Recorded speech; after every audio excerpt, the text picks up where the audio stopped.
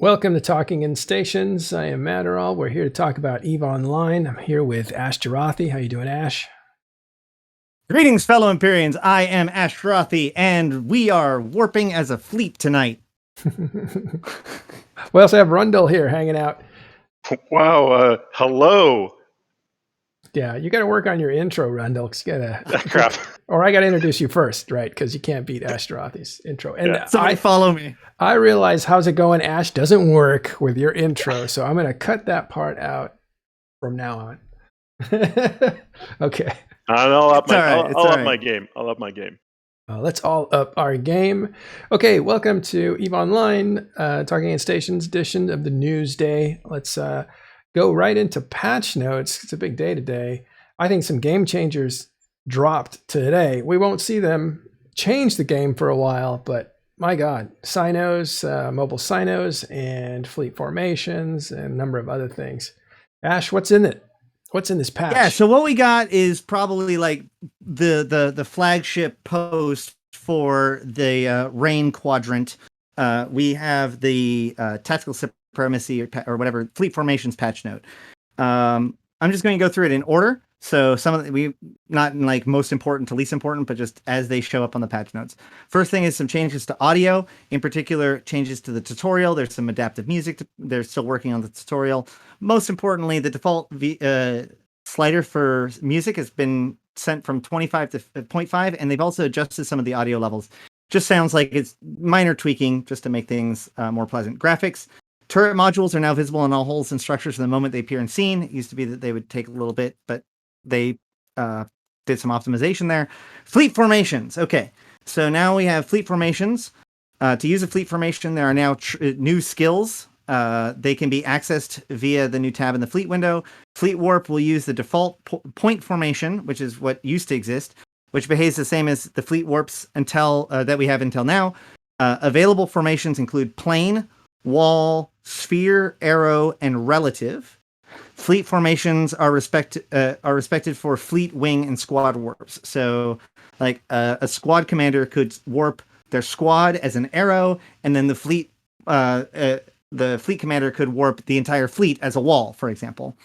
Okay, so the Mechios Graveyard landmark in Sorum Prime system has had a major overhaul, which is part of a larger effort to make the monuments in EVE way cooler and have more of them. So they also added in the Kriba monument today, and the monument for Emperor Dorium II. Also, there are images now out there that Kriba was out in his Veldnot, Veldnot, right outside of his own statue, which is pretty cool. And then they also added in some stuff for the Grand Prix that's coming out later on this month, and some monuments for the Alliance tournament and the Project Discovery Phase 2, which was the finding exoplanets phase of Project Discovery. That monument is now up with all of the people who scored the top scores during that period of time. On modules and rigs, the stand-up LSET EW Expert Systems 1 and 2 has been renamed to stand-up LSET EW Command Systems 1 and 2. Nobody cares. And then they added in the new mobile Sino beacon, which is this is the thing that a lot of people are talking about. This is a new deployable. It is not allowed in wormholes, poshvins, or abyssal dead space, which is all locations that you can't Sino. It is restricted to below 0.5 because you can't Sino in high sec. It takes 2 minutes to activate, but it will last for 1 hour. Whoa! And it has a volume of 400 meters cubed and requires anchoring 3. The blueprints can be found in NPC stations where mobile deployables are seated. That which is generally in more dangerous areas, by the way, for those people who are wondering.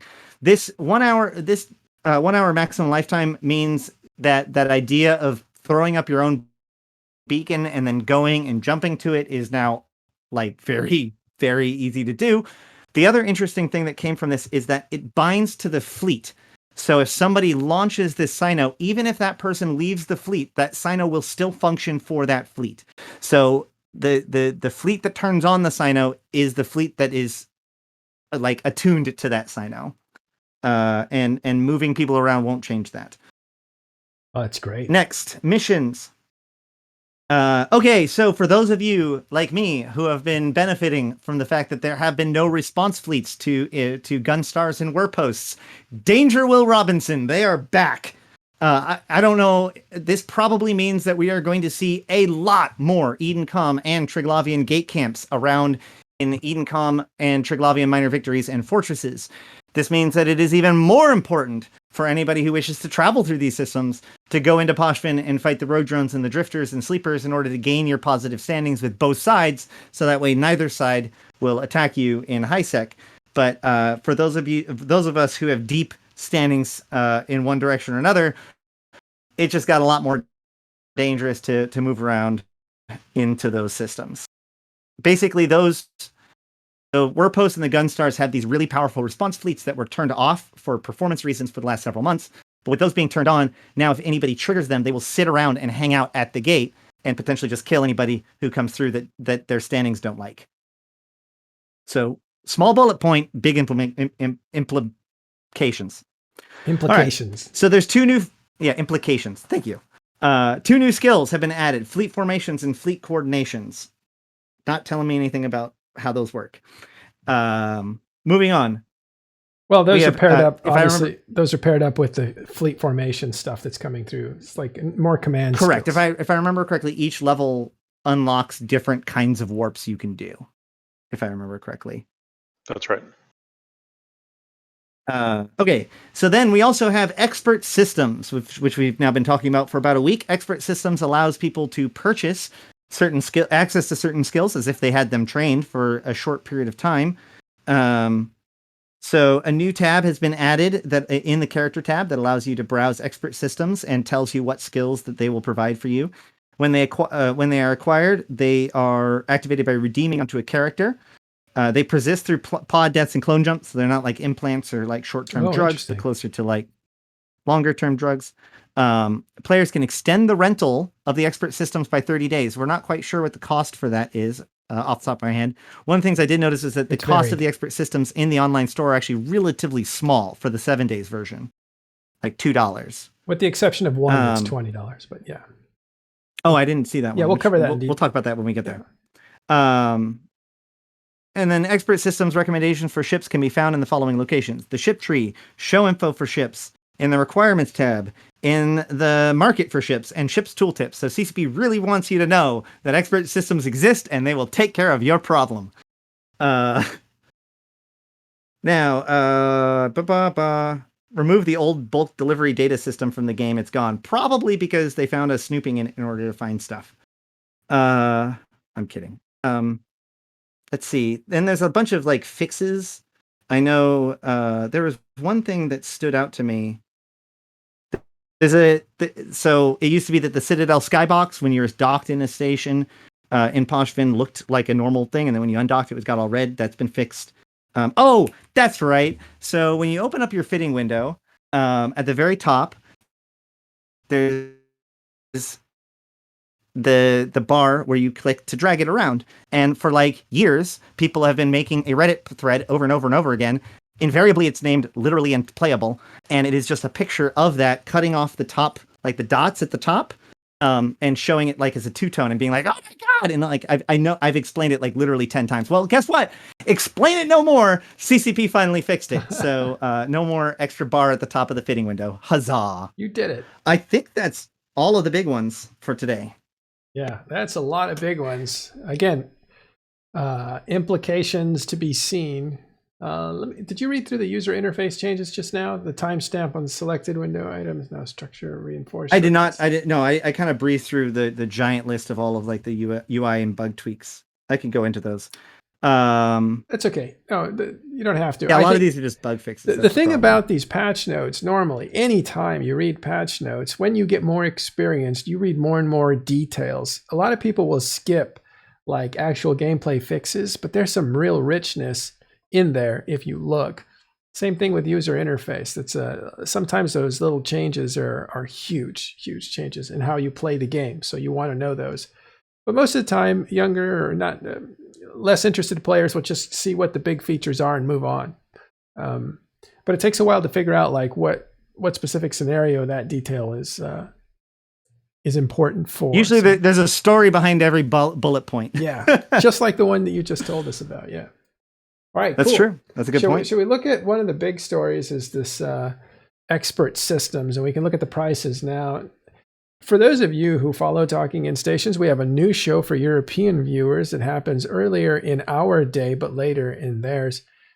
So right around, I think it was about 8 hours ago, there was a Talking in Stations European show, and they talked about some of the expert systems. Now, they don't talk about player news on that show. They talk about game news. So they'll talk about these updates.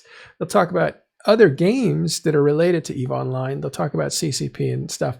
Very casual, nice, relaxed. I encourage you to see it. It will be on our video, and we'll probably make it a podcast as well. Okay, expert systems. Before we jump into expert systems, Yeah. I do want to say that there is a few known issues when it comes to this patch. Mm-hmm. The most significant of which is that it seems as if the client is using a higher CPU load than expected, and in particular when minimized. So there is a known issues thread on the forums, as always. And so, if you have any information or you want to talk, give feedback to CCP about what you're experiencing, if you have any known issues for this patch, please go there. Other than that, I don't see anything too serious. There's like a incorrect icon for the mobile Sino beacon, and interactions with cloaked pilots and whether or not they warp. Right now, a cloaked pilot won't take one of these new warps, even though normally a cloaked pilot would warp unless they were exempt. Mm-hmm. So little tiny things like that. But the big one is, and I saw a few people complaining about this, if you see that your client is taking an abnormally high CPU load, especially when minimized, it is a known issue. Did you say cloaked ships can't use the fleet formation warp right now? Well, the note just says cloaked ships won't be fleet warped in relative formations. So if you're using the relative formation solution, not like a wall or arrow or whatever wedge. Okay. It doesn't. The cloaked ships won't receive the warp order. And that's considered a bug, or is that part of the? It's under known issues. There is actually an interesting point that was brought up, and I don't know why it wasn't in. I didn't read it in the patch notes. But one of the fun things is that if you give an order to warp now, and the ship cannot warp, instead they will full speed align towards the warp target, which has some really interesting implications. Yeah. The most obvious of which is if you jump into a bubble and you hit warp fleet to a planet, every single one of your fleet will now start to fully align into that planet. And then when you get everybody out of the bubble, you can just warp the fleet. Wow. It's a mass align command, basically. Right. But only if they can't warp. Right. If you did that, and half of them can, half of them can't, you're going to get into a problem. Yeah. I could totally see an FC carrying around an extra saber just to bubble, so that way he can force an alignment and then bring the bubble down. Well, if that way they can warp the fleet together. If they can do this now, they really should. Rundle, let me bring you into this. They really should have a line squad, right, or a line fleet. Yeah, you would think with formations you should be able to do all the things you'd want to do with a formation. Yeah. Align or warp, like burn to a gate, right? I should be able to take my formation, warp to a position, and then burn the entire fleet to that location, gate or whatever. Yeah. Right. But and when you and when you say, can't warp, the definition of can't warp is they're in something where the game is restricting them from warping, not like I'm poorly aligned and I'm a battleship and I take 12 seconds to get into warp. I mean, that's not what you're talking about. You're talking about restriction, too many points or whatever. Yes, as if you would hit warp and it fails to even start the process of warping. Right. Okay, just to be clear for people listening, right? Mm-hmm. All right, so it's a good clarification. Those are the patch notes. Those are the bugs on the patch notes, or the known issues that they're working on. Let's take on this first one here, expert systems. What do you guys think of this? Price points is really the new information that we have here. I saw this and I thought, excellent price points. I mean, really for a couple bucks, right? Upwards to $5. I can jump in and try something. I think the explorers are priced really well. For a couple bucks, you can go learn some exploring. Mining for $4 US. Of course, these are US prices. And then the core ship operations then gives you a chance to try a lot of different modules and different capabilities, all for $5. Yeah, I think the pricing is really good. I think the pricing might be low enough that you could maybe on the mining barge get some gaming out of it, meaning like where they're trying to play the system, where you want to get a bunch of people to, let's say in high sec, who are PvP focused characters, and you have a moon mining op, and you're like, look, I just need 30 people in mining barges for the next 2 hours, and we can clear this sucker off. Everyone goes spends $4. Yeah, I'll get mining barges, and the moon rocks are gone, or whatever the scenario. Maybe I didn't cover every edge, but you get my point, right? Is you can really, for really a few dollars, really kind of get a lot of people you didn't have in a mining op now in a mining op very quickly. I don't see that same level with the exploration. I don't think you're going to take an alliance or a corporation exploring. The core ship operations, probably not. But the mining, I can see that maybe having some alternate impact on the game. It's even crazier than that because you can use a buddy code and get 1 million free SP, and then also use the mining barge operator skill expert system. So that takes care of all of your ship skills, and then you've got that 1 million SP to get all of your, to get the the extraction, the goo, the other stuff that you need, the ore, all of your other skills. No, the literally the strip miner. Oh yeah, all of your mining, the other skills to make it work. Like you have 1 million skills. SP to get all that stuff. Same way with the core ship operations. We have a thing called day 0 skill plans, especially with the Praxis, which is shown in this image, which also brings up a fun point, which is like, people are going to see this picture and be like, what the hell is that? Because the Praxis is nowhere in the ship fitting or ship tree, but I digress. But the Praxis, because it takes no ship skills to fly, we often use this as a day 0 build. So like for incursions or invasions or pos bashing or whatever we're doing. Pos bashing, what the hell did I come up with that? But like even like in a PvP scenario, we have a Praxis that like you can make a moment 1 alpha and apply these skill points with 1 million skill points, and poof, you can fly in our fleet in a battleship, doing damage, doing battleship things. And this core, and since you're a brand new pilot, you can use one of those cerebral accelerators that increases your damage by a certain amount. So now combine that with the alpha, with the skills that you can inject in with just your 1 million free SP, you're actually doing the damage of a fully fledged Omega character on go for $5. Yep. Yeah, I hadn't thought in terms of creating that. That's actually a really good point. Well, it also changes the character of the request. Why can't we buy this with Plex? Because if you were going to have some equivalency, that's not a lot of Plex that you have to spend in order to get these things. I think you can buy it in Plex. No. Isn't there an in-game? There's the in-game market, I thought. Isn't there? Not for these. Is there not? No, not for these. How do they buy it in-game then? You don't buy it in-game. You buy it outside of game. That's why we're on the website now. Oh, you got to go to the secure. Yeah, you got to go to secure.evol. I thought they were saying there's like stuff all over the place. You can see probably the results of what you buy, but the entry point to buy is on this website. Unless I missed it, unless it's in the new. Well, because somebody was complaining about the fact that the systems don't actually tell you what it unlocks on the actual store, but if you look it up in game, it'll tell you. Well, there must be a way looking it up to get you to this website, but I think you buy them outside the game. And we should find that out because it's important. Again, this isn't necessarily. Oh yeah, no, I'm right there right now. So you can see it on my screen. Let me bring it up. I can see the expert system. 1 second. Okay, let's look at it. Mm-hmm. I can see the expert system. I can see what skills it gives me. I can see how long it's going to be. But the only way to buy it is by clicking on this button that says View in Store. And when I click on it, it warns me that I'm opening up an external link, which means I'm opening up the website. Yep. Yeah, that makes sense. So that's a lot like. Wow, that's pretty. I didn't find that. I went and looked in the to see if I can buy it with like Plex in the Plex store. I did a quick search today, real fast. Nope, didn't see it there. Came out here. By the way, while we're on this page, do you know that they have a 1.65 million skill point for sale with nothing else in it? No skill books, no Omega time or nothing. One-time offer for your account. $44 US, I think, is what it is. Yeah, it was 43 and change. I think $43.99. Yeah, it's it's actually a very good deal for somebody who has over 80 million skill points already because of the diminishing returns if they were to buy skill through injectors. So Yes. you are making a good decision if you have the $40. But only in that scenario. I think all other scenarios, it's not actually a great value. Ash, you know about this, right? You talked about it.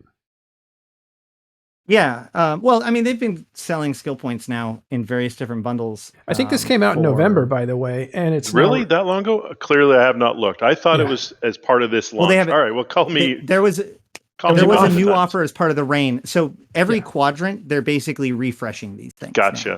Yeah. I hadn't recalled seeing one that is just the skill points by itself. All the other ones Oh. I've looked at and taken advantage of was skill points plus Omega or skill points plus a skin and a few plex, and those were the ones. This is just straight skill points by themselves. That's why I was surprised. Is it 1.6 million? 1.65, yeah. Okay, so this is a totally different thing that's happening. Okay, and I'm not 100% sure what's happening exactly, but I have a theory. So what's 1.65 million skill points is the amount of skill points that you earn if your skill queue is going for the entire month on just a generic thing with no factoring in attributes or anything special like that. So not everyone is getting this offer. For example, if I log in as Ashtarothi, if I don't log in at all and go to the website, I get nothing. If I log in as Ashtarothi, I get no special offer. If I log in as Invictus, I get this offer at the top. I also received an email suggesting that I could use it as a catch-up mechanic because of which gives me the clue as to what I think is actually happening here. What I think is happening is that in any account that has been detected as missing at least 1 month of skill queue that it should have had, either because you lapsed the account or you're an alpha that didn't skill queue, then it triggers that you're being offered this chance to buy the skill points that you failed to train before, which is why you have that very specific offer type. Now, I also think that it was sent to the wrong people. Yeah. Potentially. Okay, But that's because what I that think may the be how I point come was. in.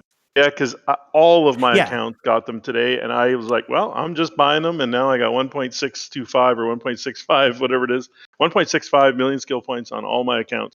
I spent a few dollars on Eve today. It could be some other kind of A/B testing. I'm not sure. I just know that, like, I've been talking to several people about this, and I know that it originally started as you missed these skill points. You can now get them back now. Interesting. But it may have expanded since then, because I know a lot of people that have reported that they've gotten it without ever having been lapsed or anything like that recently. Yeah, I mean, these are... But this has been going on for about a month now or so. Interesting. Okay, well, it's the first time I'd gone out onto the secure server to look, and because I wanted to look up the prices of this, and I saw this other thing, and I didn't really spend a lot of time researching it. My bad, but I certainly spent a few minutes making sure all my accounts had them. So, yeah, you're welcome, CCP. You got a few of my dollars today. Yeah, that one there. This is what it Oh, looks look! like. All I had to do was Google it. Maybe. I knew it really did stand out to me when it happened, because it happened at around the same time that Echoes started. They have a daily login campaign, but at the end of the month, it rolls over to the next month. So what they do is they say, hey, here's all the login campaign rewards you would have gotten if you had logged in every single day. You can only redeem it now if you have the double Omega bundle, which is $15 a month, in Echoes. And if you do, then you can redeem those retroactively. Yeah, and this version here was $30 for you. For this email that you're showing. Oh, interesting. Oh, yeah. Hey. Interesting. So they're clearly experimenting with this option. Yeah, I missed that one. That must be B testing, the B test there instead of the A test. They got me with the $43 one. I should have taken advantage of that. What a fool. You should have. No, actually, that was confusing, though, because I'll tell you the difference. There is a pack right now. That was a new character. So, or not a new character, but a character that I don't really use. So it was probably not, an 80 million plus SP character, or maybe it goes by age. I don't know, but the SP might have been less valuable to that type of character because it's not so extreme, the diminishing returns penalty. So there might have been I wonder if they're adjusting price on how many skill points your character actually has. That would be interesting. I don't know. I can look at my accounts, but yeah, who knows? Why wouldn't they? It's also a little bit confusing. Yeah. It's also a little bit confusing because there's also another pack right now that does give skill points. It's 1.5 million for like $45. And so a lot of people have made confusion when we're talking about this, where they mean one pack over another or something like that. This is not even under the packs tab. It's under a special offers tab at the top of the secure thing. It's very clear that it's just by itself and it's a one-time only thing. Yeah, so we're also confusing people because they're coming up with different prices: $39.99, $43.99. That one that you saw was take advantage of the cheaper ones while you got it, because I got nailed for $44. Well, here's the logic of that. Probably is the skill point value depends on the SP of a character. Therefore, I can see why they would adjust that. So. You mean like the maximum character on the account? Probably. Because it's also not unheard of to A/B test price points. So yeah. But if the price is all over the place, you're going to be like, well, I'm not paying the same amount for what this other guy's getting for $15 less. I'm going to wait it out or whatever, and that may not ever arrive. Yeah, I can tell you the one account, the maximum skill points of the one account is just over 40 million for this one. The rest are all almost well over 80. They all have a character over 80. And you got it for $43? All across. All of them were all the same price. Yep, that makes sense. That makes sense to me. Like I said, one of my two characters, one got offered it, one of them did not. Yeah. I have a feeling the people that are paying the $43 or offered the $43 exchange for those skill points are probably 80 million and above. That one account of mine though has none that are at 80. The highest is 40. Oh, I'm sorry. I thought it was the reverse. Yeah. So, no. And it was 43? Yep. This character is just over 40. So, maybe if you're over 40 or something, but yeah, I don't know. Either way, I don't know if we're going to be able to sleuth this out right now live on stream. But to bring this back to why not? We've negotiated. We've negotiated peace treaties live on air, so why can't we do this? That's fair. No, we negotiated the Tranquility Trade Tower was negotiated on air. Peace treaty between Goonswarm and Iwan Isk was negotiated on air. The banning of CO2's leader Gigex happened on Talking in Stations on air. Why can't we do this? I looked at them all. $44 is what I paid all across the board. Okay. Go ahead, Ash. Sorry. All right, then.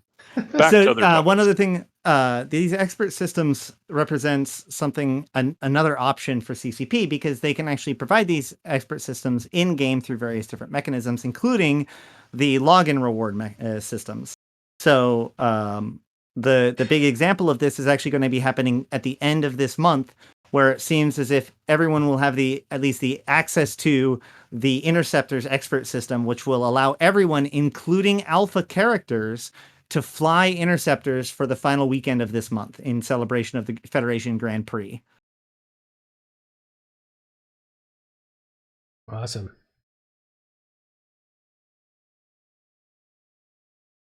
Okay. I just wanted to make sure that got thrown in there before we moved on past all of this, because there's some stuff that's not all of the people that build Interceptors might want to get ready. Yeah, and I think remember you're going to see these as actually login rewards too. You probably just said that. And so not only this new, wherever they do an Interceptor event, are you going to have access to do that just by logging in, but I think you'll see more of that experimentation going on in the future as these packs get a little more complicated. There's packs that are not showing up on here, like the core skills, right? That's the core ship operations? Yeah. Where's that's the Magic 14. Top left. Oh, sorry. Oh, wait a minute. I thought that was $20. It's only $5? Nope, it's $5 for the Magic 14. What? What bad information I got this morning. $20 seems That's what I'm saying. Like for $5 plus the million skill points from an alpha, you can basically fly any at least Tech 1 ship that you want pretty well. I don't know. Maybe you can buy all of these for under $20. I see. The reason they said $20, it's for 4 weeks, right? For the month. That's what they were saying. Yes. Oh, okay. Yeah. So you do it 7,777. Yeah. That makes sense. Okay, so that makes sense. That's okay. So what are the fleet formations thing we need to talk about? I have a special thing coming up. That's why there was a long pause of some dead airs, because I'm communicating with some guys from NC Dot that are coming in to tell us a cool story about how they captured the name Goon Swarm for alliances. Oh, excellent. Yeah, there's a Good. mystery. We want to get to the bottom of it.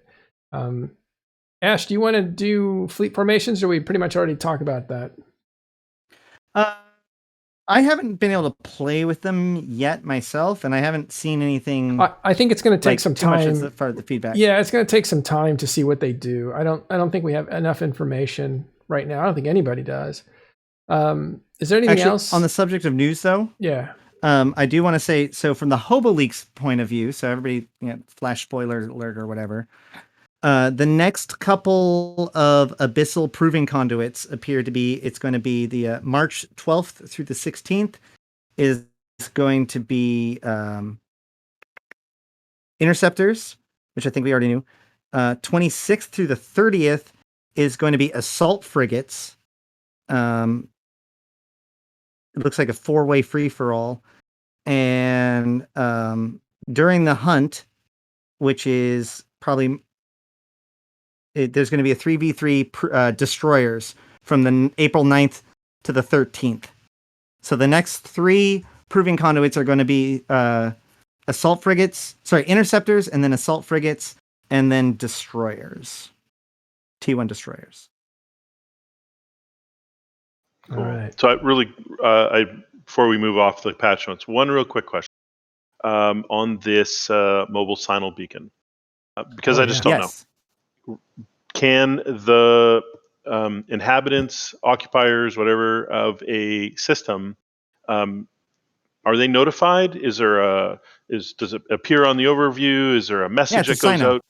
No, but I mean, at the moment you start deploying it, or is it go up when it becomes deployed? So in other words, do you get those 2 minutes where you just kind of have to hope you don't get scanned out or found, or the moment you start deploying it, you can have people come and try and kill you? Do you have to defend it for 2 minutes? I don't think it exists. What's the mechanic? until it lights. It was my impression of it. So the 2 minutes it's spooling up are not. So go to a super deep safe. Go to a super deep safe. So you're not even on D-scan or anything, and then drop this thing. 2 minutes later, you have a Sino beacon. Bring all your buddies in, and if I understand correctly, it's an anchoring timer. So that would mean that if you're on grid with it, you'd physically see it, and you'd see an anchoring with a progress bar going across.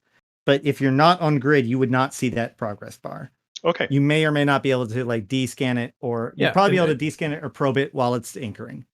Yeah, but I don't think it comes across. It doesn't light up on the map as a Sino because it's not active. It's just anchoring. Right. There's no Sino there. Yeah. Correct. So it's just a anchored can for the first 2 minutes with a timer above it. It's just like if you anchor a POS or a POCO or something like that. Okay. Right? Just clarifying. A bar at the top. Yeah. Hadn't played with it, so my brain starts trying to figure out how can I use this thing right away. All right, so we're gonna break. Excellent. We're gonna break for 6. It shouldn't show the beacon until it's lit. All right, so are we done with patch notes? You got anything else you wanted to hit? I'm good here. I want to hear the story. What about you, Ash? Good to go. All right, we're gonna take a 60-second break. We'll do a little commercial. Those of you that are subscribed will see backstage as we fumble around and get a couple guys in here going to tell us about how they managed to get the Goon Swarm identity. This is something in the works for now 11 years, so it's a big break for them. We'll find out in just a second. Okay, I'm going to drag him in. Did I bounce? Can I bounce? No, you can bounce. Yeah, actually. I should have said goodbye then. It's all right. I'm always around. Would you like to take off? You can. It would be helpful so that way I can get back to Zed since we did the 2 shows back to back. Yeah, get going. All right, thanks, dude. Bye. I have one question. How can I change my name to have the Evol tag after it like Hey Dare does? Oh, I'll change it. Yeah, just put the Evol in brackets after my name. Thank you. Or, you can just put Goons. Actually, you know what? Put Goons in all capital letters because I'm about to be the Alliance Executor. So yeah, put goons and all, because we have the ticker, right? If you look at the alliance Yeah. in game, Mhm. we do have the goons ticker. So yeah, please do that. That'd Yep. be perfect. Okay, I think I managed it. I think. No, okay. you need all caps, man. No, Oh. we need caps, dude. All right. Welcome back. Let's get everybody involved, and then I'll change your name so people can see who you are. I'd like to introduce you to Hey Derry. How are you doing? I'm good. How you doing, man? Good. You and I know each other because we're both in NC Dot. You guys have been in there a long, long time, but actually, you're somebody that I talked to a few times because I love the history stories that you used to tell. You and Tar, but Oh yeah, I remember that. Like Tar and I pretty much know everything. everything. You guys are encyclopedias of a bygone era and more, right? You've been here ever since. Also from NC Dot, actually maybe Goons now, is Skebet. How you doing? How are you? Thanks for having us on the show. Good. Did I say it right? Skebet, right? Or yeah, either way is fine. All right, good. Now I'll fix your name here in just a second. But Rundle, why don't you handle this since this is something you're really interested in? Okay. With no warning, here we go. All right. So we kind of brought this up yesterday. We talked a little bit about it, and I was completely fascinated. A, just that this mechanic existed, but B, how does someone sit around for 11 or 12 years waiting for a bill to not be paid and then pick up a name? If you guys go into the backstory, as simple or as complex as you want, on how you ended up getting Goon Swarm as yours. Yeah, Hey Derry, take it away. Okay, well, it's kind of something that we've been keeping an eye on. We're not entirely sure how we are able to get it because we think that there might be some type of internal cooldown on when the name is available. Because if you look at the Oh God ticker, it's actually taken by Goon Swarm Dot. And I thought that was unusual that they were taking, the dot instead of the actual name and take the ticker as well. But to our Palantir, he noticed that Goon Swarm was closed. Skebbit was actually not at his computer at the time, so I hurried on, injected the skill points I needed on my alt, and got it. I noticed I couldn't get the ticker, and I thought, I wonder if Goons is taken. And surprisingly, Goons as a ticker was not taken. And I was able to get that on my alt, got Skebbits in, and we're going to make him the executor of Goon Swarm. That's excellent. So yeah, I'll be wearing two hats. I will be the executor of Goon Swarm. Whoever else is calling themselves Goon Swarm are the imposters. So yes, I will be the executor of Goon Swarm, and I will also maintain my role as a director in Evolution. Excellent. And so it sounds like it was a purposeful looking back at the history of the corporations to use goons and mix those two stories together, I guess, because obviously Oh God wasn't there. So were you really paying attention for 11 years, or was this something over the last couple of years you started looking at, or how far back do you guys go looking for this thing in time? I think the way I'd put that, we all know that Evolution doesn't have that many active members anymore. But the people that we do have are super invested in the game. And, this is a game where there's just always something more to learn. There's something always more to discover just in the game client itself about the universe that we all share. And it was really good to liberate the name Goon Swarm, from the various imposters. And we've been, fighting against. We fought against the real goons, right? So we know what they were about, and they were much scarier than this operation that's going around these days, defiling Delve. So it's good to, become a new custodian of such an important asset in our game's history. Well, I heard that somebody had killed someone's from Peanut Smash's corporation. They're the former owners, right? And the Alliance name didn't show. And I think Tar might have picked that out, saying, hey, that's odd. there should be Goonswarm here. And only someone who knew that corporation and that character should have that alliance there, and it's missing. Only someone who knew all that history would be able to detect that. Is that? Yeah, I can't speak for. Yeah, I can't speak for exactly what Tara was looking at, but that wouldn't surprise me. I can't disclose all of our sources and methods, but that's the kind of thing.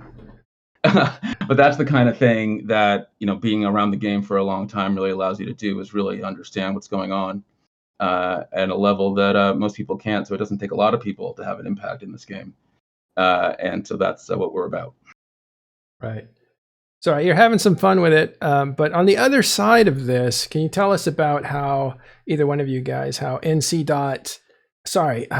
Bob lost their alliance in a similar way? Oh yeah, well, a lot of that story is public record, but hey, Daryl, pick it up. Well, that was before my time, but from what I've gathered and understood over the years, a director within Bob was disgruntled and flip sides to Goon Swarm Federation. On his way out, he disbanded the alliance. I don't know who reformed it under the control of, I assume, Goon Swarm Federation, and it's been in their hands ever since, with various um, kind of memeish names as the Executor and Holding Corps. But so they've been torturing. They've been torturing you guys with it, right? Yeah, no, listen, I was part of Evolution during the Great War. I mean, I remember actually logging in one day to panic. I had just joined. I had been in IAC before, fighting alongside goons against MC, Mercenary Coalition, and Bob in Delve, in Catch, in Quarius, and all these places. And I had switched sides basically to the big bad Bob. And joined Sir Molly's corporation, which was a huge honor, and it still is. Especially because we were in the middle of the war. And I remember when we got disbanded, and you got to give credit where it's due. Yeah, that's what made Matani's career in the game. It wasn't really. What I don't know. Yeah, go ahead. Well, go ahead. Look, was it really him or not? What was the involvement? But he did do a good job of associating himself with it. In any case, right? In terms of the branding. So the reality is it's not as important as the branding as the imposters have long demonstrated. In terms of the actual history of the Band of Brothers name after that, you'd have to ask the other side, really. Yeah, what they did with it afterwards. Yeah, I wasn't going to say it wasn't, but it wasn't really. It was kind of it was a backstab, right? It wasn't like a long con. Yeah. No, well, my understanding is that he was a spy who went native, right? He had been deployed as a spy. He was a spy that went native. Interesting. He was a spy who went native and was disaffected after a long period of AFK. And look, I mean, the old Bob, I was part of it. It was it wasn't a it was a pretty hardcore European-led hardcore gaming operation in a way that doesn't really exist anymore. And so it was not for the faint of heart. To be part of that. And when he went to Goons, he apparently the original Goons before they became the imposters, because we're the Goons now. Okay. But the point is when he went to infiltrate, he liked it. And then he went on military service or something, and he had an alt that was in the tinfoil Bob Executor Corp, because no one knew that no one really knew that mechanic existed. And so back then you would have everybody from all the member corps would have, almost any director could also have an alt in the Executor Corp with director roles. And, it was our own, failure to allow that person to have those roles, sort of like AFK for like however long it was, a year or whatever. And then he decided to come back. And, he was in touch with, people at Goons, whether it was Matani or whoever else. And they, that was the first really big alliance disband of it, and it was totally traumatic, obviously. Yeah, and it's kind of, I didn't realize that it was kind of a new mechanic, or it wasn't known that he would. Yeah, no one knew. I mean, this is what I'm talking about at the top of the conversation, right? Like, this is a game where there's always something to discover, always something to learn, always something to find out and use to your advantage, and that's why it's endlessly fascinating. Yeah, that's a lot of new information there. I like that he was a spy that actually went native, and then he used a mechanic that wasn't very well known even to you guys. Plus, he was AFK for a long time, so it kind of was lack of maintenance of the Executor Corporation or whatever. Well, that's when, I mean, it was a whole, I mean, after that, there was a whole, change in culture about how people managed alliances. But, ask Goons, right? Or that version of the imposters. They had, they lost their ticker as well. So, we've all been there. Okay, but it's good to, be the Executor of Goons now. To cut through your meme, I want you to explain the difference between Goons and imposters and what you're referring to here. Well, I mean, let's start with the fact that the Something Awful Goons, generally despise the Eve Goons. Let's for some people actually who watch these videos don't play Eve or are starting to play Eve. They don't know any of this deep history. But initially, Goonswarm came from a forum called Something Awful. I think actually even 4chan started there. So it was kind of like that kind of culture of disruption. Basically, they were. How would you describe the original Goons? I mean, they were one of the inventors of original toxicity, right? I mean, the reason on the internet. I mean, that was their shtick. That was their game, and it's unfortunate that the imposters now have really leaned into that part of their personality and their public presentation. I think it's unfortunate. But yeah, that was Something Awful. Yeah, that's what Something Awful did, right? Were you on Something Awful? Well, I wasn't a member, but look, this all goes back. Look, there's a lot of bad blood. But beep beep, I'm a Jeep, right? Was the original Goon meme, which was insult. well, we had a member of our alliance who died in a traffic accident. And their reaction was to make a meme about the death of one of our people, like in real life, beep beep I'm a Jeep was like their original rallying cry. And it was really from that moment, that I think most of us realized that the way that they chose to present themselves, really it just wasn't good for people, right? And we've been fighting them ever since. Right. Well, yeah, you're talking about the Federation, right? They are the ones who took it to that level, not the originals, and that's why they're the imposters. Well, yeah, we'll get to that in a second. Listen, we'll get to that in a second. What I want to just for a little bit of historical context, Goonswarm were kind of a disruptive bunch. Band of Brothers at the time were kind of the kings of the server in that they kind of were the most powerful group. That's debatable, but a lot of people really saw you guys as the strongest group. And so there needed to be like fealty to Bob. And of course, Goonswarm being disruptive weren't about to do that. And so that was a complete collision of cultures. Here's what happened after a while. Some Goonswarm people that stuck around, because a lot of those SA guys took off, right? Something Awful guys took off. And the Mittani took over the group in about 2010 when they were at their weak point, and decided to grow up and change the culture and put some rules down and tried to clean up their act and that sort of thing. Now, whether he did or didn't is debatable to some people. I think in large extent he did create a protected group that he is very clearly defined, what's in bounds and what's out of bounds and stuff. But you see them as imposters of Goonswarm because the real Goonswarm were the disruptors from SA, basically. They were the original Goons, and the bottom line is that we are Goons now. That's what that really comes down to. That's why they're the imposters. But yeah, of course. Right. And listen, I don't know what they did internally. And let's be real. I'll stop memeing just for a second. Look, I'm sure they did really reduce the actual racism and anti-Semitism. And that stuff, and I have, I'm sure that's true. Wasn't Eve really bad at that time in general, or were they especially bad?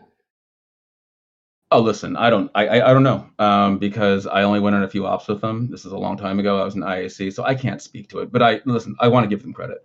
I mean, in fairness, I'm sure that they have done that. But externally, right, from what we can actually see, we've still got a guy running around telling people to eat his ass. And talking about having sex and behaving like men and how much they drink and the drugs and their whole shtick, right? And so look, it works for them. God bless. But that doesn't mean the rest of us can't just disdain it, frankly. Yes. And that's why we're the real goons now. Got you. So I have another question for you then. Yeah. So is this really either a ploy or will there be a ploy to help realize, say, Villy's vision where the Federation is dismantled and then the real goon swarm will rise from the ashes? Yeah, we can't discuss future plans, right? This is just a great moment for us, obviously, to liberate Goon Swarm Alliance. And we don't really know what we're going to do next. Will the real goon swarm please stand up? Yeah, well, no, we're standing. We're here. Patricia Lane Partners will be the executor corp, and that's my alt, and we'll just go from there. So can there be some kind of a prisoner swap where you give back Goon Swarm the name and they give you back the Bob name? All right. I don't know if that's the asset. I'll be honest with you. I mean, personally, I would be open to some sort of, situation depending on different kinds of things. I'm not saying that this, Alliance name is up for sale or trade or anything, but there's just too many people, frankly, on our side who just won't countenance doing any sort of deal at all, ever. Just no trust, basically, with the leader of the imposters. And so, I'm trying to be the good guy, and but I just think that there's no way. And let's be honest. Yeah. I mean, Evolution is part of NC. Because NC. is the only major political entity in this entire game in the last 10 plus years that has never made a deal with the imposters, of any way, shape, or form. As far as I know, we're not, directly part of TTT. I don't think we were part of the Tritanium or whatever that was, the Technetium thing. OTEC.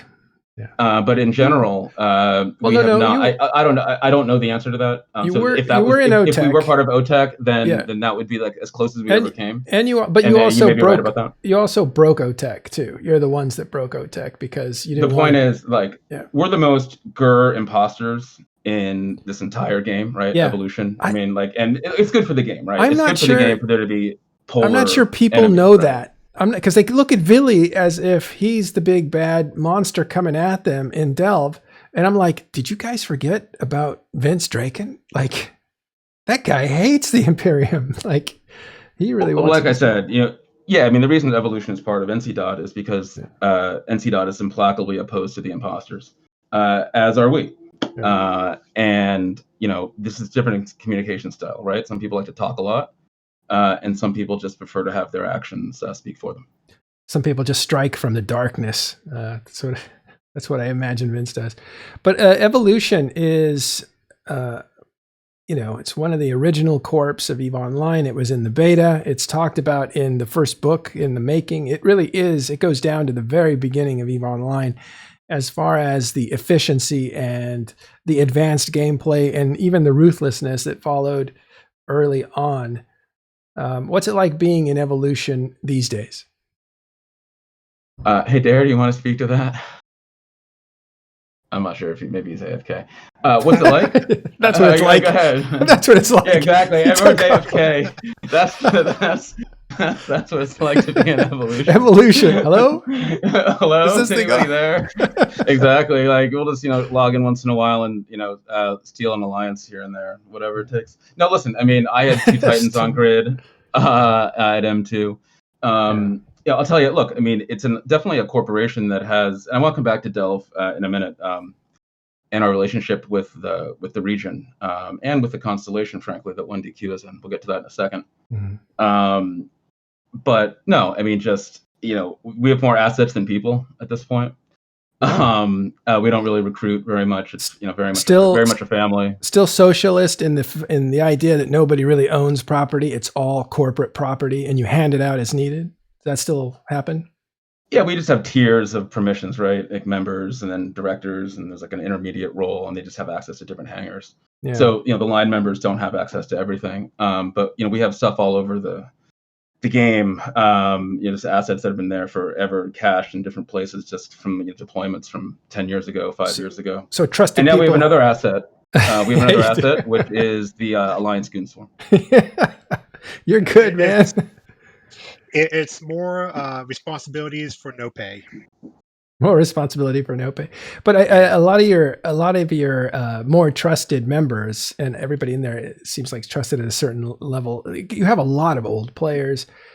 They have access to a bunch of different stockpiles of tools. Yeah, that's the fun part. Yeah, that's the fun part. Basically, like if you're a member of Evolution, like you basically have access to many billions of ISK worth of stuff.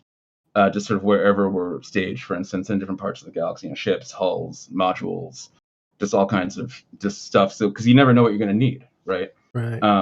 So, you know, and so the individual members don't have to move their own ships, right? Like, but we all pitch in together to move. You know, whenever we have a move up, we move dozens and dozens of ships. You know, capital, supers, you know, subcaps, you know, and you know, we have a few dedicated people who are just really great with the logistics. So that makes it easy for our members, right? So when it's like, hey, a new doctrine is called, like, you know, we can generally, you know, just fit stuff up and ready to go, and then, you know, drop your ships back in the hangar and stuff.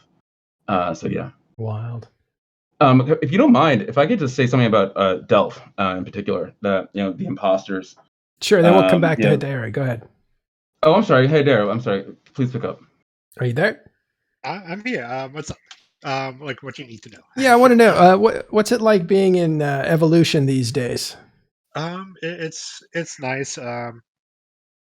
It's good to come. It's good to come back because I left for a little while and I came back, and no matter like Skebber was saying, no matter where you deployed, if you go AFK for months or years at a time, you can take an interceptor to deployment, get your doctrine ship, and you're ready to go. You don't have to worry about moving anything. Yeah, so it's all, I mean, you have access to a ton of stuff. You don't need to worry about, do you have enough money, any of that stuff. All those concerns are taken off your plate. Absolutely. Because there's nothing worse than moving, you know, a couple of supers and titans halfway across the map and trying to do that after you've been AFK for a year and a half. Yeah, exactly. Trying to get all caught up, trying to get your stuff fitted properly, and it's a big pain. Takes a while.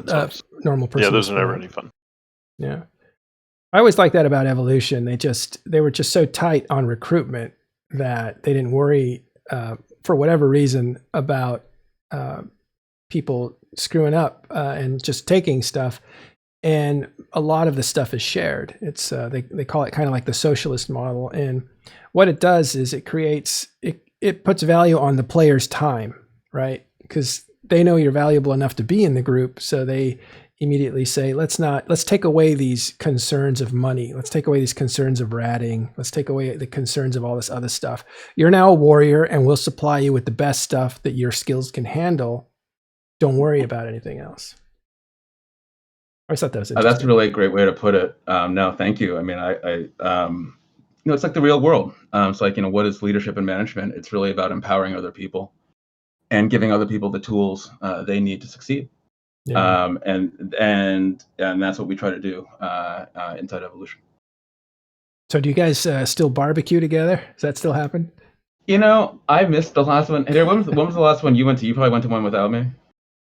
Yeah, 2 years ago was the last public one. Last year, because of COVID, they did have a barbecue, but it's only for like the local people. And hopefully things will be open enough that we'll be able to do the barbecue this year. I'm not too sure though. Yeah. But yes, we still do the barbecue. We still grill up 50 pounds of bacon a day and have a tradition of Molly cooking up his delicious Swedish meatballs. Oh, that's the draw. Didn't know that. Yes. So if you ever wonder in NC Discord or in the Alliance chat, we're talking about Molly's balls. That's what we're talking about. Make no mistake, talking about Swedish meatballs. Yes. That's awesome. Well, someday we'll have to do just a one-on-one interview, Hidari, and talk about EVE history with you, because you're just a wealth of information and stuff. But let's go back to the present and talk about Delve now, since you guys are in the game, alive and well, as NC Dot is really destroying some things in Delve. What's going on? What's going on is that the imposters are being purged. That is the plan. That's what's happening. That is what will happen. And really, everyone has their own goalposts for this war, but that's really an important one, I think, for everybody who has been fighting against the imposters for so long. And I'll tell you exactly why. You're talking about Band of Brothers. Well, Delve was originally the home of Band of Brothers. Goons came after. They did take it from us the first time, legit. But the imposters. Sorry. There you go. Stay in character. I'm doing my best here. But no, seriously. So Delve was originally populated by Band of Brothers. All the outposts were built by Band of Brothers, and the way we did it was that it was actually split up by constellation, and the Corps each had their own constellations. So I'm gonna forget somebody, but it's Reikoku, us, Evolution, Reikoku, Finfleet, Dice, Black Nova Eclipse.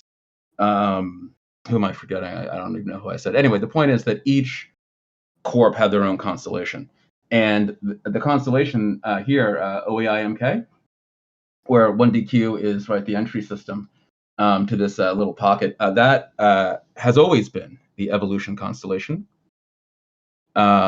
We built the outposts and stations there. They will probably be destroyed. But YOMTZ, 5BTK, 8WA, MO-, that's the Evolution Corp constellation, and we're not going to live there after this war. It doesn't matter whoever lives there, because it'll always be the Evolution constellation. And so it gives, I think, all of us a lot of pleasure to, eventually eradicate these guys and purge them from Delve. Yeah, what's that? Sorry, what's that constellation? Where the one where 1DQ is the entry system off that little transit. OEIMK is the name of the constellation. Well, that's and the best all space. All of the constructible structures there going. And look, I guess you can look them up if you on the one. Look up Blown Up, right? But yeah, we built those back in the day. YO and 5BTK and 8WA. Those are ours.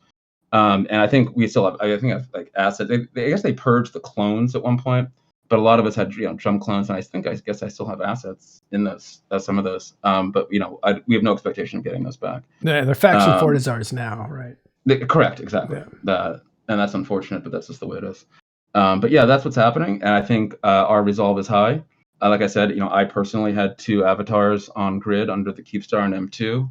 Logged in about 25 times at 5:45 in the morning before downtime just to check capacitor and try to get it up. It was grueling. It was tough. It was painful.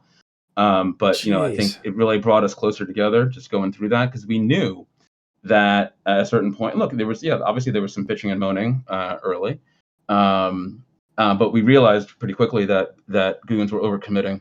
And basically, they were just tying themselves down and to the extent that we could burn everything else around it. And at that point, once we realized that, I think everybody who was trapped there was fully supportive of waiting as long as it took. And because we saw the big picture, unlike the imposters. The imposters, they could choose to keep the Titan fleet camped, or they could defend Delve. They chose the former. And then we got out anyway. There it is. So our morale is high, and we're not going anywhere until they're kicked out. You guys in U.S. time zone are actually doing some things, right? Can you talk about? You have a new acquisition. He was a former Goon Swarm member, Pittsburgh, and is he key to some of the stuff that's going on, or what would you say are the keys to NC.'s success in the U.S. time zone? Okay, I can't look. We can't discuss individual personnel. Okay. All I can tell you is that we have full respect and trust in our leadership and in our FC team, every single one of them. So it's not about individual personalities. But here's what I'll say about that in general, in terms of a war like this. And the reason that we're winning and the imposters are going to lose is, and one of the things that I think our leadership is really great at is managing human capital. We were talking about leadership before. They are really deeply invested and committed and smart about how they don't burn people out, about the rhythm of the war. We knew this was going to go on for months and months and months and months and months.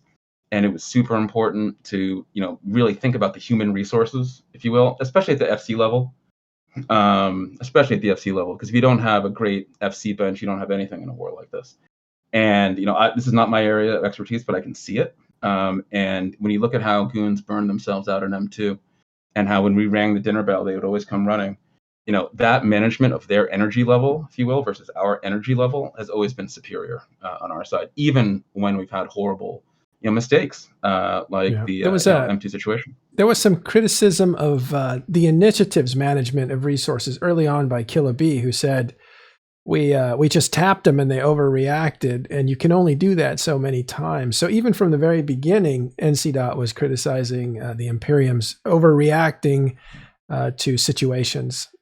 Well, this is the trap that they're in, right? Because of all the herf and blurf that the imposter jester embraces, but it puts a lot of pressure on them to continue to have narratives and stories and memes, and oh my god, it goes on and on. But that's what they feel like they need to do to motivate their own people. The problem is that it just burns people out after time, right? Eventually, they sort of see through it, and they realize that you are in fact an imposter. And that's what we're seeing now. Whereas our side, we're just upfront and open and tell it like it is. Generally, I can't speak for other alliances. I like that quality. Well, internally, and I can't speak for other alliances, but I know at NC. We put a premium on frank communication, and if you don't like the reality, then you're free to go somewhere else. Well, I've been a witness to that. Yeah, you guys don't fluff around internally. And we don't spin a lot of narrative, right? Like I said, some people choose to talk, some people choose to act. Yeah, this is more narrative out of NC than we've had in ages, actually. When it's, we get your. Oh, this is narrative out of Evolution, because Evolution is now goons. That's right. Now you can have this kind of. Everyone else is the imposter. That's right. So you're speaking from your new station in Goons. I wear two hats, like I said. Yeah. Executor of Goon Swarm, and to be if Haydair doesn't defect at the last second here. Right. And I'm also director in Evolution. We're learning about alliance mechanics too. You can't change the executor for a week. So yeah. Well, I want to go back to one thing you said that just it stuck in my head, how dedicated you were waking up in the middle of the night to just to get into your capital, to try to get the capacitor up so that you could react. You did that how many times? I did it somewhere in the neighborhood of 24 to 30 times over the course of that over January. It was grueling because I'm normally a night person just personally, and downtime I guess was at 6 a.m. and it's dark. In the winter, it's actually still pitch black at that time. And so it was a little crazy making, I'm not going to lie, because you have to do it pretty precisely, 30 seconds. At first it was do you even get past the login screen at 30 seconds? And then, but if you log in too early, right, then you're dead. Yeah. Delicate work. And I had two, waking up, to do it. I had two Titans. One was just fine. Was at 100%. Actually, I hadn't tried to refit it, but the second one, I had actually been trying to refit it right at when downtime hit during the armor timer fight, because I've been desperately trying to get out, and I should have refit it early. I don't know, there was no good answer at that point. But I was trying to refit cat mods and stuff in the last 5 minutes before downtime on the armor timer back in December, and so that ship was half fit and it was janky, and that one wouldn't cap up. Because what's supposed to happen is you log in a little bit before downtime, you can get a little bit of cap, right? But that one, it would get to a certain point, 55%, and then it would the next day I would log in and be back at 30%. And that was really depressing. Literally waking up every day, changing your whole sleep cycle just to do that every day after day after day after day. And then I missed the first breakout. Oh. That was really the gutting one. And I'll tell you why that happened. I mean, just personally, that was in late USTZ. It was 1 a.m. And I had actually, and I normally play in late USTZ, but I had actually started going to bed early just so I could wake up at 5:45. And that day I went to bed at 11:30 at night. And I was all right, I'm going to bed because I had real work to do during the day. And they did the breakout an hour and a half later. And I woke up and it was and that was rough. And not knowing when the next chance would be. But like I said, at a certain point, we all realized that we were just going to let the goons burn themselves out. The imposters, the imposter goons, let them burn themselves out. Yeah. No, we are the goons. We would let the imposters burn themselves out. And once that was like a change in mindset, right? And that was very liberating. We still had to pay attention to when the breakouts might occur, but at that point, the Sino jammer coming up seemed like the window. Yeah. So there was a change. Kevin was saying earlier. Yeah. Like they would burn themselves out because every time you would go and shoot the bubbles and ring the M2 dinner bell, they respawn with a 200, 300 man Baltic fleet every single time, and you can only do that so many times before you just get mentally fatigued. Yeah, or complacency. And, when that exactly when that happens, we might get a couple capitals out, super here and there. So things were trickling out because they were just getting exhausted. Yeah. Yeah, it's amazing to me. Like when people look at this game, they're like, "How can you make war with so many people? What a big, what big numbers and stuff." But I think what people really don't appreciate about EVE Online is the long burn of a war and the management of human hours and human resources, and how you leadership isn't just making a big speech when everything's going right or making a consoling speech when everything went wrong. It's actually managing the fatigue factor of your players. 100%. And setting expectations in the front end. Oh, you're still here, Rundle. Yeah, How often do we get to talk to NC guys? This is awesome. Yeah, I know. I was like, I'm torn. I'm getting trash talked on another show called Trash Talk, but I'm sticking it out here. It's all right. I think the internals of how what these guys are talking about, I'm seeing that on our side as well, all across Legacy as well. Setting expectations very clearly, rotating people out, giving them options for downtime, managing the play cycle of people, not keeping your foot on the gas all the time, but being aware that there are bursts of times where everyone will be called upon, but not freaking out if not everyone shows up. It is very important. Style is everything in this case. Yeah, well, and I think you have to give credit to the Imperium. They still have thousands of guys willing to show up. If they were terrible managers, how was that possible? No, they're doing something right over there too, in some regards. So they have to be. Absolutely. Look, the imposters didn't attract as many acolytes as they have, without being smart about their impostering. And they're really good at it. Yeah. All right. Well, this has been a real treat actually to talk to you. We're going to have you on more often and stuff. I usually just invite fleet commanders and that sort of stuff. But there are players like you guys that have been around a long time, are super experienced, way more experienced than FCs in smaller groups and stuff. And you guys are just hilarious. So I'm going to bring you guys back on if that's cool. But we're going to anytime. Awesome. Yeah, fine with me. Yeah. Congratulations on your capture. That was a big deal. I don't know if everybody understands what a big deal it was, but there's definitely some old players that wrote when we announced it in our YouTube comments about oh my God, I stopped playing a while ago. This is awesome. Or people that were from the, 10 years ago when this was actually happening, that are happy that you finally achieved capturing their flag. Because again, Goonswarm captured the Bob flag, and that was a little bit of the humiliation of the end of the war. And although Pandemic Legion had it, it was in the hands of Peanut Smash, I believe. And so now it's fallen out, and now it's in the hands of Sir Male and Evolution. Thank you. Couldn't write the story better ourselves. Right. All right. Hidari and we did. At the barbecue one year. Right. Yeah, all written at the barbecue.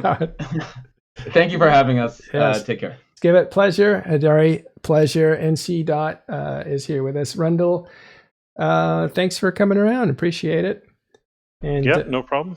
And now, thank you, Hidari. Now we're going to send you over to Trash Talk Tuesday, where you're going to see Rundle Part 2. He's got to go defend himself over there. So, all right, everyone. Thanks very much. Good show today. Yeah, thanks. Everybody, thank you for coming. We will see you tomorrow on Talking in Stations. And one more thing, our European show is only Tuesdays and Fridays, so don't look for it every morning. But if you're around that time zone, Tuesdays and Fridays, you'll see a more relaxed Talking in Stations with some of the guys. Thank you for joining me. We will see you next time on Talking in Stations.